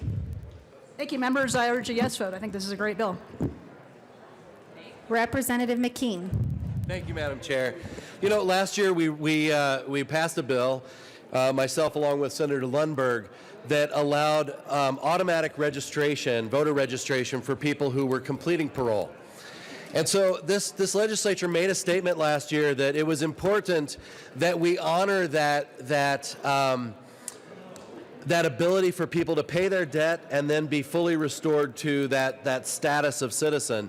And so we passed that bill with overwhelming support from both chambers. We said, you know, it's important that when people complete parole, they're automatically registered to vote, so that when they are complete, they don't have to go down and go through the ignominy of saying, you know, here I am, I paid my debt, and now sign me up. They're automatically registered, so they can immediately become a voting member of their communities. I think that was important. I think that was important to have that established as sort of that baseline for where we go with this. I don't really honestly care what a lot of other states do. I believe pretty strongly in the 10th Amendment. I believe that we as Coloradans can determine what is best for our communities and for our state. I urge a no vote on this. I think we took care of this last year. Is there any further discussion? Representative Singh. Thank you, Madam Chair. It's called Department of Corrections for a reason. Corrections, you want to have somebody coming out of that system and integrated into society as quickly as possible, and this bill helps do that. Is there any further discussion? Representative Herod. Thank you, Madam Chair, and I just agree with my colleague, Representative saying that we should, that we should pass this bill. But I want to state that voting actually builds community. But what we found when we were doing the research for this bill is that actually participating in democracy and voting is actually a criminal justice and a criminal justice. Has a criminal justice component. Specifically, it reduces crime when people are active in their communities and in their democracy. So I want to just state that, and as you know, legislators, we should do everything we can to protect the right to vote. I ask for an aye vote. Is there any further discussion? Seeing none, the question before us is the passage of House Bill 1266. All those in favor say aye. Aye. All those opposed, no. No. House Bill 1266 passes. Mr. Randall, please read the title of House Bill 1253.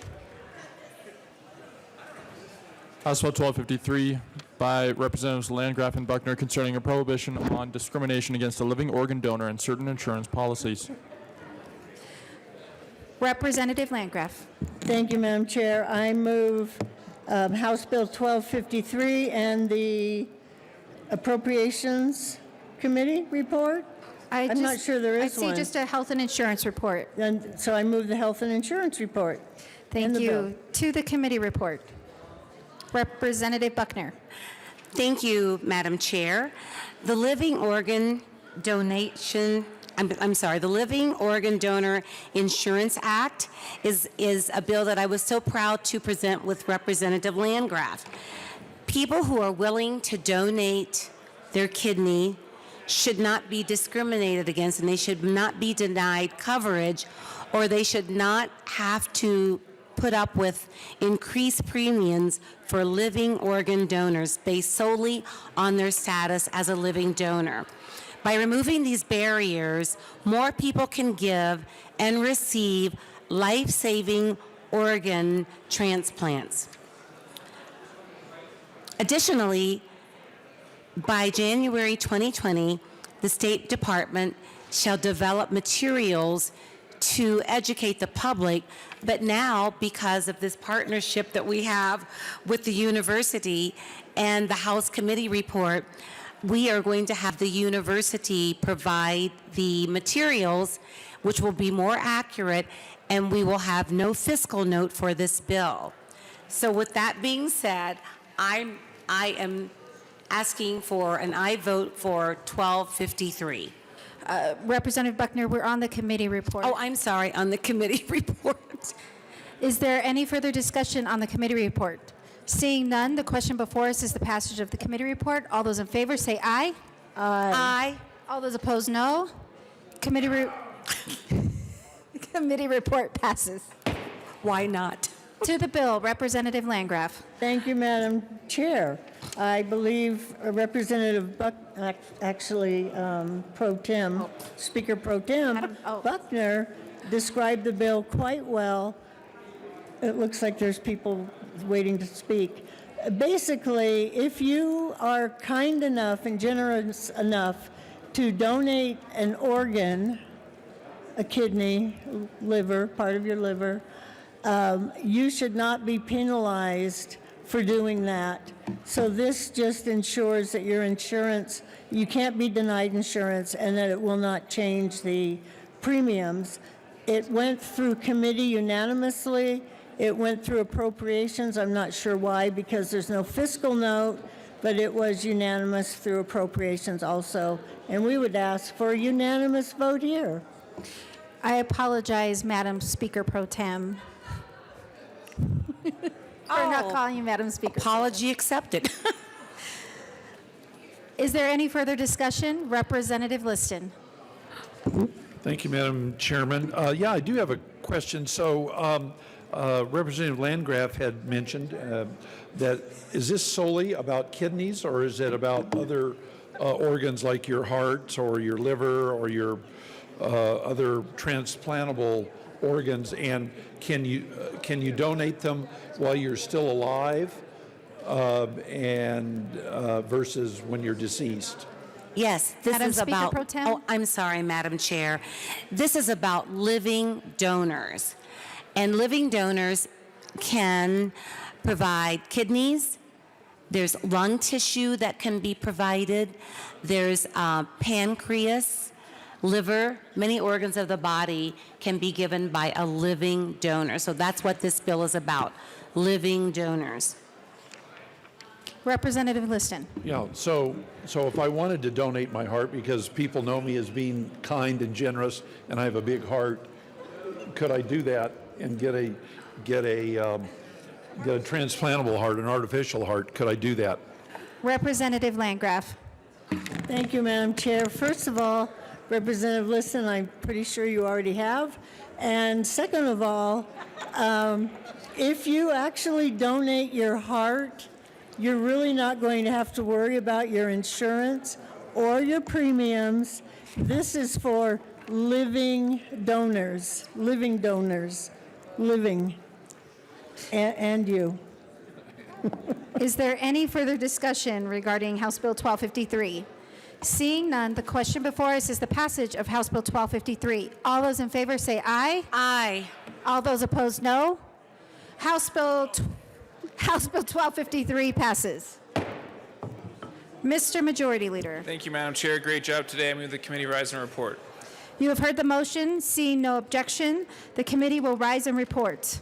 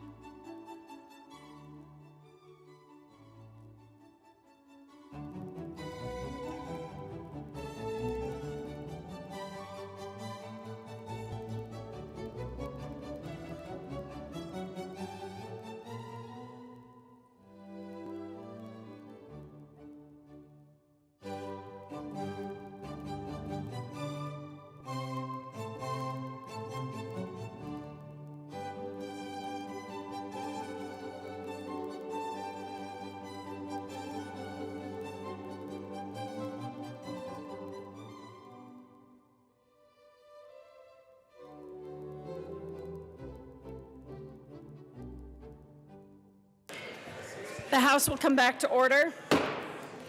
Mr. Randall, please read the report of the Committee of the Whole.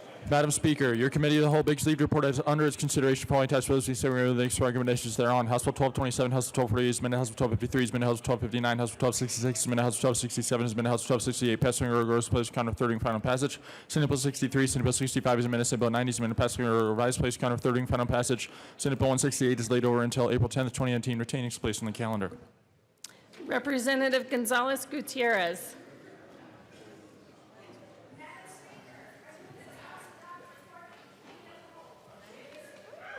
You have heard the motion. There's one amendment at the desk. Mr. Randall, please read the Van Winkle and Williams amendment to the report of the Committee of the Whole.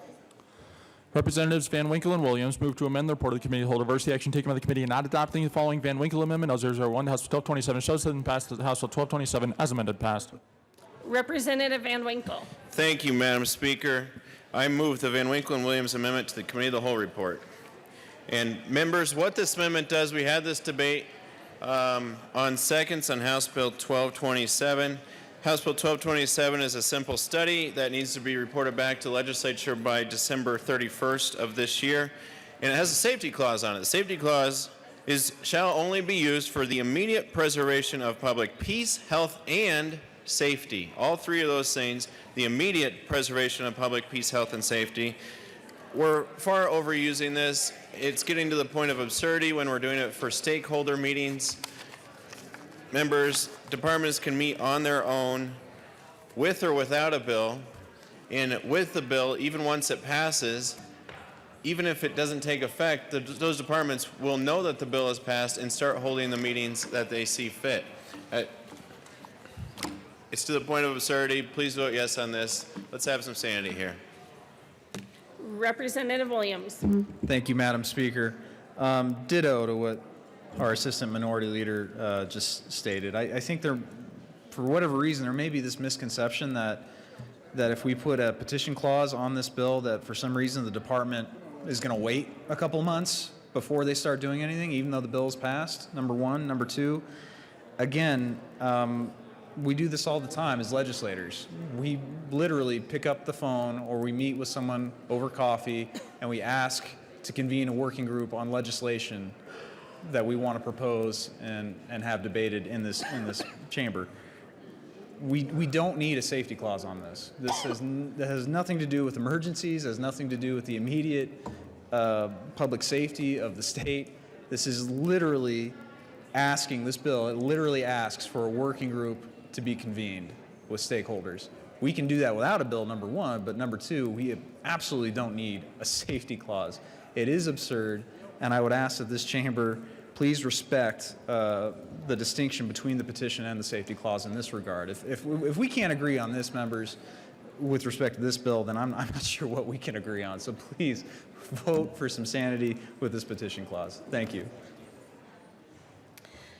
Is there any further discussion? Representative Sane. Thank you, Madam Speaker. Did somebody say sanity? Yes. She's here. Vote yes. Representative Liston. Thank you, Madam Speaker. Members, I rise in support of this amendment. Just the other day, and I wish I really had it, the old adage, a picture's worth 1,000 words. I think it was Friday's Wall Street Journal. They had a great graph of the various sectors of our economy, whether it was manufacturing or mining or agriculture or retail, about wages and how they've been growing and so forth, which was very illuminating.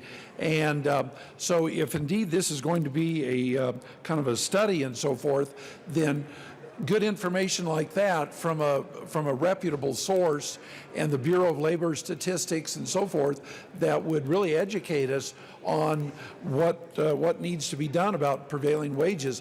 It's out there, and so let's give it a chance. And if we need the petition clause, it's not going to hurt a thing. It certainly does not. It's not necessary to have the safety clause because it does not affect the public health, safety, and welfare of the United States. So I would urge I vote this is a very reasonable amendment. Representative Soper. Well, thank you, Madam Speaker. I too rise in support of the amendment here. Given an earlier bill that was passed out of this chamber and out of this General Assembly, the people of Colorado are far more sophisticated in understanding the difference between a safety clause and a petition clause. And this is illustrated by the fact that on Saturday I was getting my hair trimmed and some lady walks into the salon and immediately mentions, "I can't believe a certain bill didn't have a petition clause on it." And I nearly passed out. I couldn't believe that the average Coloradan actually was paying that close attention to what we're doing here, that they saw the difference. So because of that, I think this bill definitely needs to have a petition clause. It doesn't apply to the health, safety, or welfare of Colorado, and it's not going to conflict with funding a department. So I too rise in support. Thank you. Representative Humphrey. Thank you, Madam Speaker. I rise in support of this amendment. Thank you for the sponsors of the amendment for their hard work and their commitment to this issue. And we're talking about a working group, folks. If it was a working group dealing with imminent threat of a zombie invasion, maybe I could see a safety clause. But in this case, I think it's very hard to justify, and so I urge a no vote. And I think the minority leader would support the amendment as well. Thank you.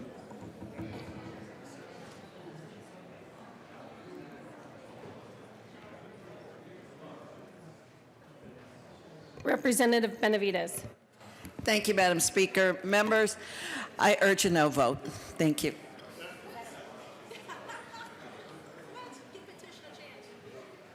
Is there any further discussion?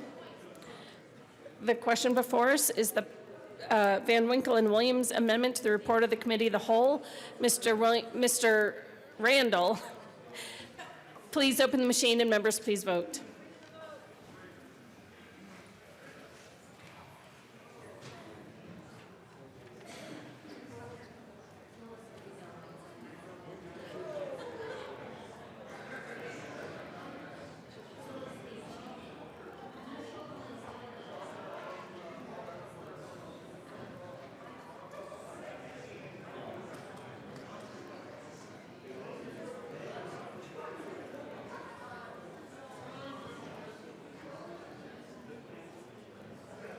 McKean, McCluskey, McKean. Where's McKean?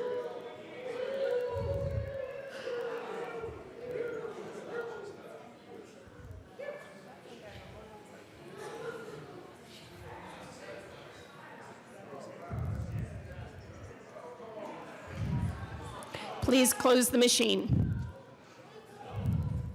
With 29 aye votes, 35 no votes, and 1 excused, the Van Winkle and Williams amendment is lost. Mr. Randall, please open the machine and members please vote. Oh, the question before us is the report of the Committee of the Whole. Mr. Randall, please open the machine and members please vote.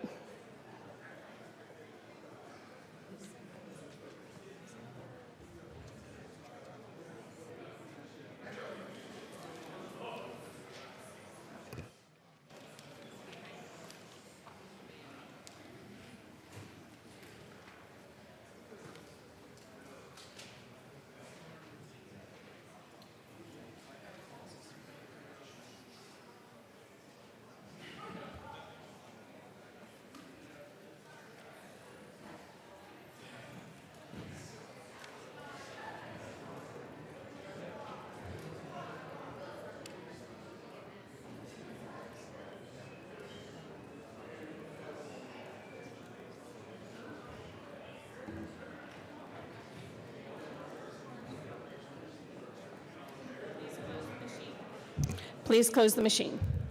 With 43 aye votes, 21 no votes, and 1 excused, the report of the Committee of the Whole is adopted. Third reading? Okay. The next order of business is third reading of bills, final passage. Marilyn, can I get a calendar? A calendar? Can I have a calendar? Mr. Randall, please read the title of Senate Bill 144. Senate Bill 144 by Senators Enzing, House Representative Roberts, concerning allowing a driver of a motorcycle to proceed past a malfunctioning traffic control signal. Majority Leader Garnett. Thank you, Madam Speaker. I move for the passage of Senate Bill 144 on third reading and final passage. The question before us is the passage of Senate Bill 144 on third reading. Representative Roberts. Thank you, Madam Speaker. Madam Speaker, I request permission to offer a technical third reading amendment. Please proceed. Thank you, Madam Speaker. I move Amendment L002 and ask that be displayed. So, our very wise bill drafters came to me this morning and pointed out to me that when the Senate made an amendment to this bill, they struck a section that the current House bill cites to, so we just need to remove that citation of a section that no longer exists. I would ask for an aye vote. The question before the House is Representative Roberts' request for permission to offer a third reading amendment to Senate Bill 144. Is there any discussion? Seeing none, Mr. Randall, please open the machine and members, please vote.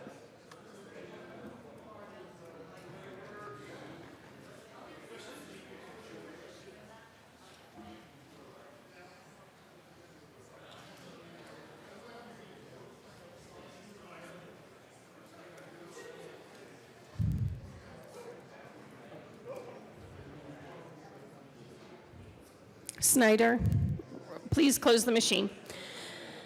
With 62 aye votes, 2 no votes, permission to make a third reading amendment is granted.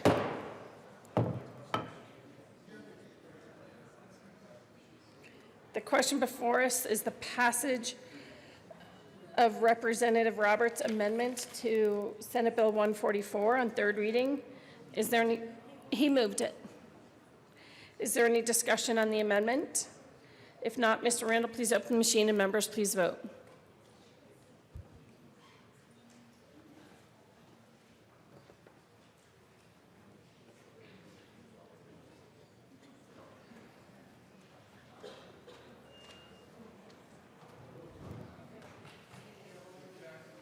Galindo, Hanson, Hooten, Kipp, Landgraf. Please close the machine. With 64 aye votes, no no votes, and 1 excused, Senate Bill 144 is amended. Now, we will repass it. Majority Leader Garnett. Thank you, Madam Speaker. I move for the passage of Senate Bill 144 as amended. The question before us is the passage of Senate Bill 144 as amended. Is there any discussion? Seeing none, Mr. Randall, please open the machine and members, please vote.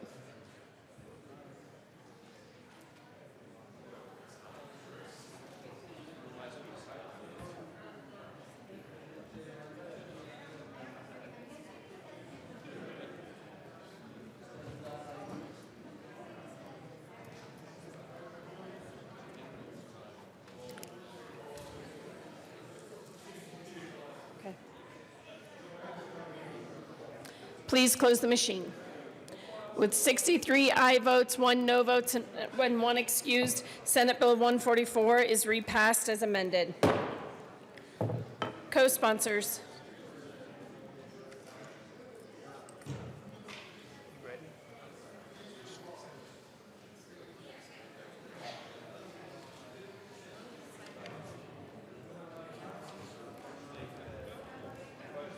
Please close the machine. Mr. Randall, please read the title of House Bill 1189. House Bill 1189 by Representatives Gray and Valdez Ayala, Senator Bridges, concerning wage garnishment reform in connection with reducing disposal earnings by health insurance premiums, reducing the amount that is subject to garnishment, and providing more detailed information to the judgment debtor regarding garnishment. Majority Leader Garnett. Thank you, Madam Speaker. I move for the passage of House Bill 1189 on third reading and final passage. The question before us is the passage of House Bill 1189 on third reading. Representative Benavidez.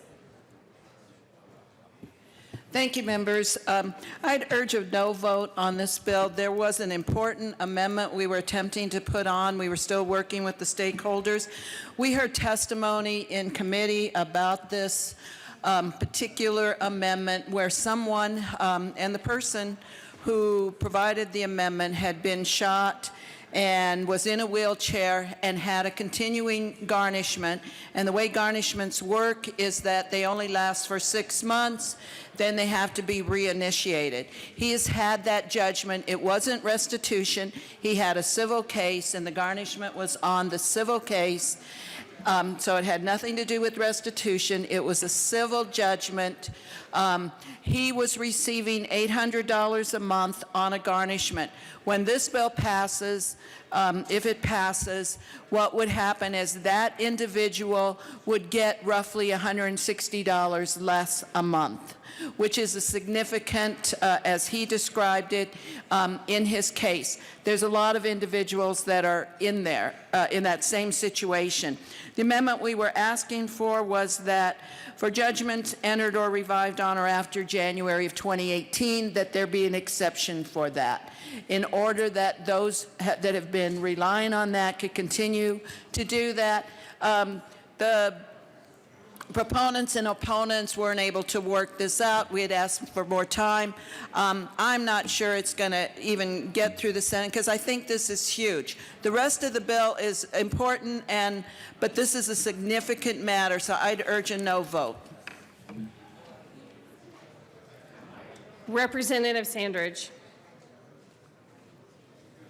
Thank you, Madam Speaker. And I had a few concerns about this bill. And I know we were looking at an amendment. The original concern was, truthfully for me, is people who maybe were injured or in a position where they were relying on a monthly, the monthly money, and they were relying on a judgment that happened many years ago. Some of these people were disabled people and needed this consistent money. They relied on it. They structured their finances around it.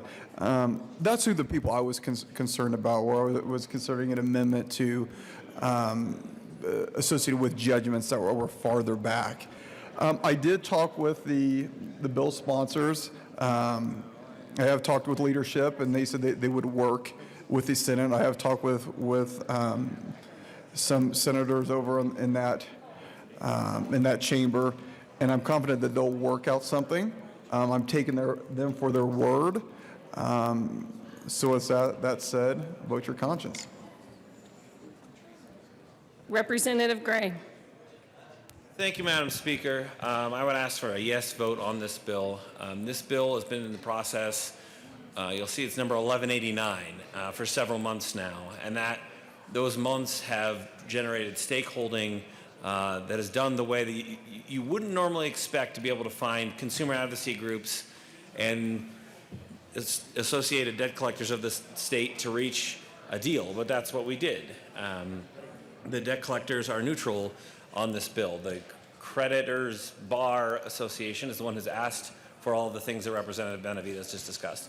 But we literally have agreement between consumer protection groups and debt collection groups about how to deal with wage garnishment. And the reason is because when your wages are being garnished and you're a relatively low income person, that's money that's taken right away from your ability to provide for your family. The liberal bastion of Texas doesn't even allow the type of wage garnishment that we'd be modifying here in this bill at all, because of what it means for taking away for providing from your family. We're not taking away any debt that anybody owes. Debts stay the same. The question is, we're asking ourselves, how much are we as the government going to say, we will intercept people's earnings, not necessarily not get involved in their debts, but we care about debt collection so much, so we will go and take money straight out of your paycheck through a government authorized process in order to collect debts. Again, the debt collection agencies are on board. We've worked with the bankers and the independent bankers, and they become neutral on this as well. So there's a conflict on applicability that still exists.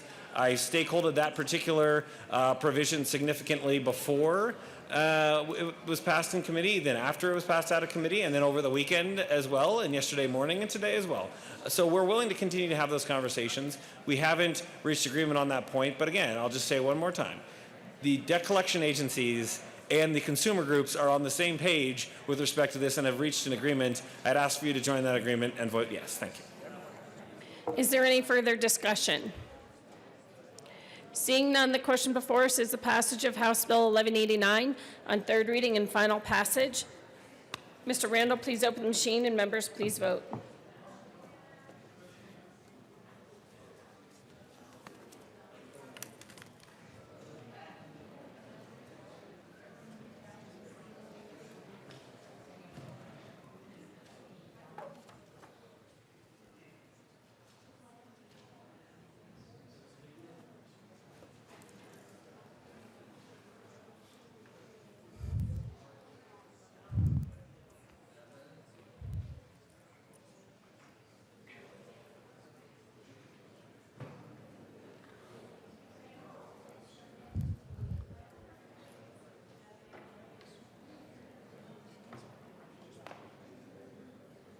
Please close the machine. With 37 aye votes, 27 no votes, and 1 excused, House Bill 1189 is passed. Co-sponsors. I'm just going to go with what's in here. I'm just going to say all those in favor, aye, all opposed, no.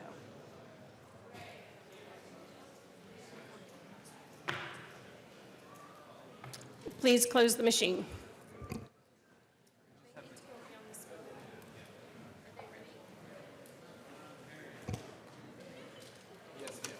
Do you want to proceed out of order? Is it to conference committee reports? Don't?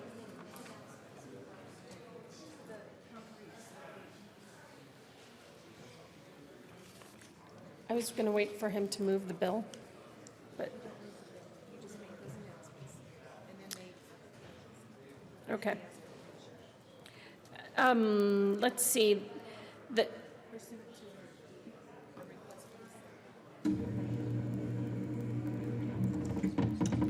The Senate did not concur in House amendments and has requested a conference committee be appointed on Senate Bills 207, 208, and 214. The conferees are Representative Esgar, Representative Hanson, and Representative Ransom on each of the 3 committees.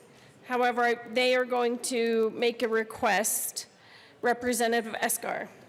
Thank you, Madam Speaker. Members, I am asking for permission to go beyond the scope in conference committee for 207, Senate Bill 208, and Senate Bill 214, as Senate Bill 208 and 214 are the orbital bills that go along with the long bill, which is 207. So however we end up having to work on 207, we will need the flexibility to work on the other 2 bills that were amended in accordance to the long bill.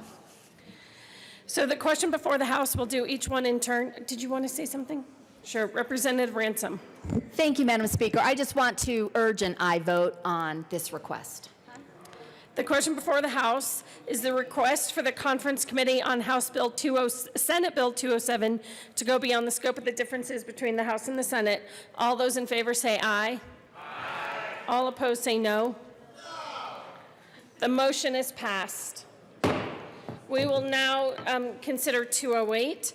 The question before the House is the request of the Conference Committee to go request of the Conference Committee on Senate Bill 208 to go beyond the scope of the differences between the House and the Senate. All those in favor say aye. Aye. All opposed, no. The motion is passed. The question before the House is the request to go beyond the scope on Senate Bill 214. All those in favor say aye. Aye. All opposed say no. No. The motion is passed.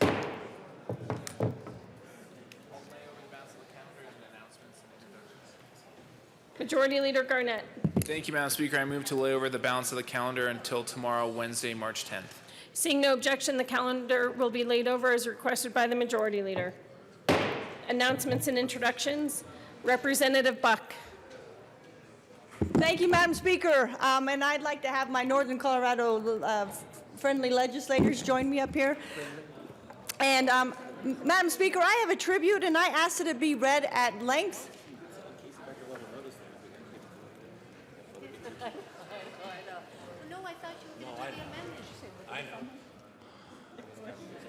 The House of Representatives, convened in the 72nd General Assembly, hereby extends sincere commendations to Liberty Common High School.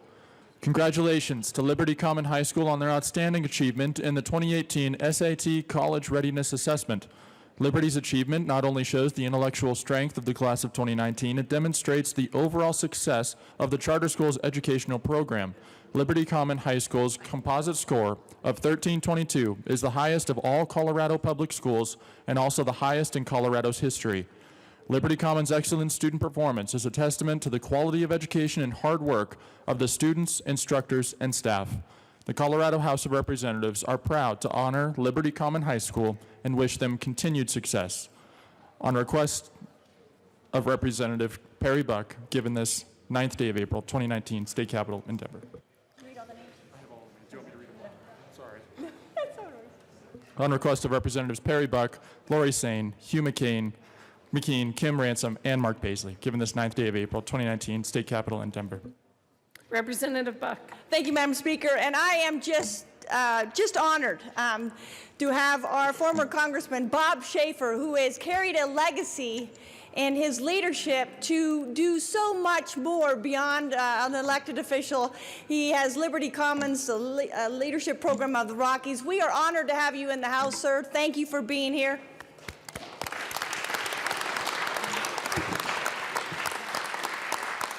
And members, I was fortunate to speak at Liberty Commons, and I was in awe and very humbled to see them perform in their classrooms, to see what they were learning in their classrooms. What an incredible high school, what an incredible school it is, and thank you so much. And there's so many leaders in the chamber here today. I hope you all welcome them. Thank you. Representative Sane. Thank you, Madam Speaker. And members, that is a huge achievement. The top score in history, a top composite score in the state means that Liberty Commons is a top school in the state for college preparedness, and that's a big deal. So again, congratulations. Representative Ransom. Thank you, Madam Speaker. And members, will you please help us welcome several of the students up there along with Congressman Schaefer. They're up in the gallery, and we just want to make sure that they know, and also along the edge here too. So if you can stand up as well, we just want to make sure that we welcome you.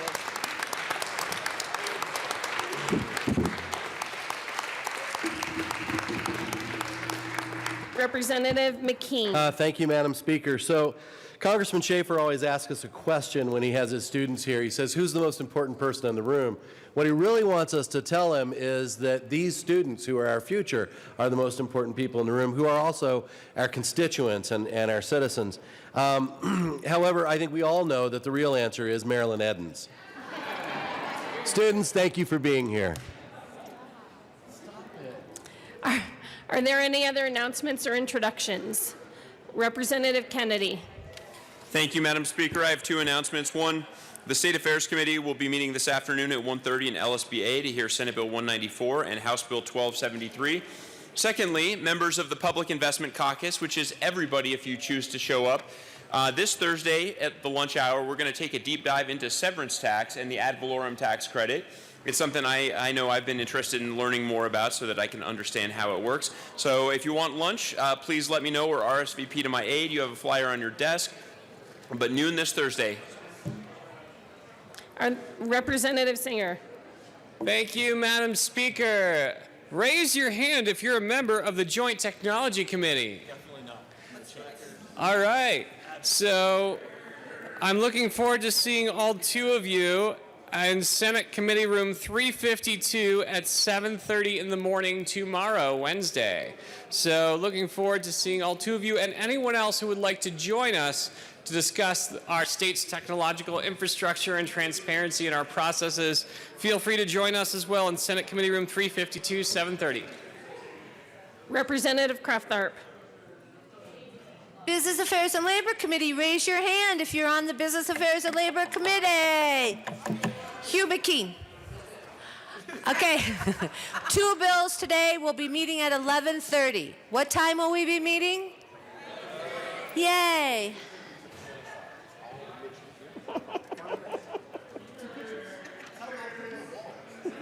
Representative Jackson. Thank you, Madam Speaker. Members of Energy and Environment Committee, raise your hand if you're on the committee. Raise your hand high in the air.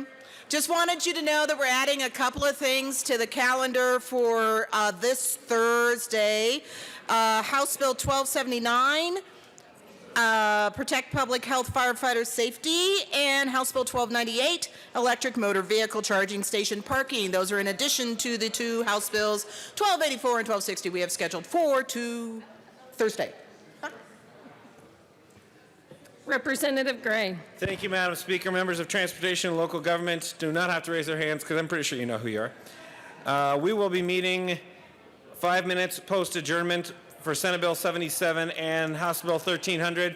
Senate Bill 77 is for action only, and so we will start voting relatively quickly after we get there. So please do meet us 5 minutes after adjournment in 112. Thank you. Any other announcements or introductions? Seeing none, Majority Leader Garnett. Thank you, Madam Speaker. You want to do reports later? Or You can do them now. let's do reports. Reports of committees of reference. Committee on Energy and Environment. Of Chairs and the Mayors, the committee recommends following House Bill 1272 be referred to the committee to hold favorable recommendation. House Bill 1292 be referred favorably to the Committee on Appropriations. Committee on Finance. Of consideration on the merits, the committee recommends following House Bill 1229 be amended as follows and as amended be referred to the Committee on Appropriations favorable recommendation. House Bill 1230 be amended as follows and as amended be referred to the Committee on Appropriations favorable recommendation. House Bill 1234 be amended as follows and as amended be referred to the Committee on Appropriations favorable recommendation. House Bill 1237 be referred favorably to the Committee on Appropriations. House Bill 1242 be amended as follows and as amended be referred to the Committee on Appropriations favorable recommendation. House Bill 1255 be amended as follows and as amended be referred to the Committee on Appropriations favorable recommendation. House Bill 1263 be amended as follows and as amended be referred to the Committee on Appropriations favorable recommendation. House Bill 1270 be postponed indefinitely. House Bill 1280 be amended as follows and as amended be referred to the Committee on Appropriations favorable recommendation. Committee on Rural Affairs and Agriculture. Of Chairs and the merits of the committee is following House Bill 1271 be amended as follows and as amended be referred to the Committee on favorable recommendation. Printing report. Chief Clerk reports Printing following. report will be printed in the journal. Signing of bills, resolutions, and memorials. The Speaker has signed. Signing of bills, resolutions, and memorials will be printed in the journal. Message from the Senate. Madam Speaker, the Message Senate. from the Senate will be printed in the journal. Message from the reviser. We herewith transmit. Message from the reviser will be printed in the journal. And that is it. Majority Leader Garnett. Thank you, Madam Speaker. I move to calendar the two bills for the second reading general orders calendar on Wednesday, April 10th, House Bill 1271 and House Bill 1272. Seeing no objection, House Bills 1271 and 1272 will be calendared as requested by the Majority Leader. Majority Leader Garnett. Thank you, Madam Speaker. I move that the House stand in recess until later today. Seeing no objection, the House will be in recess till later today.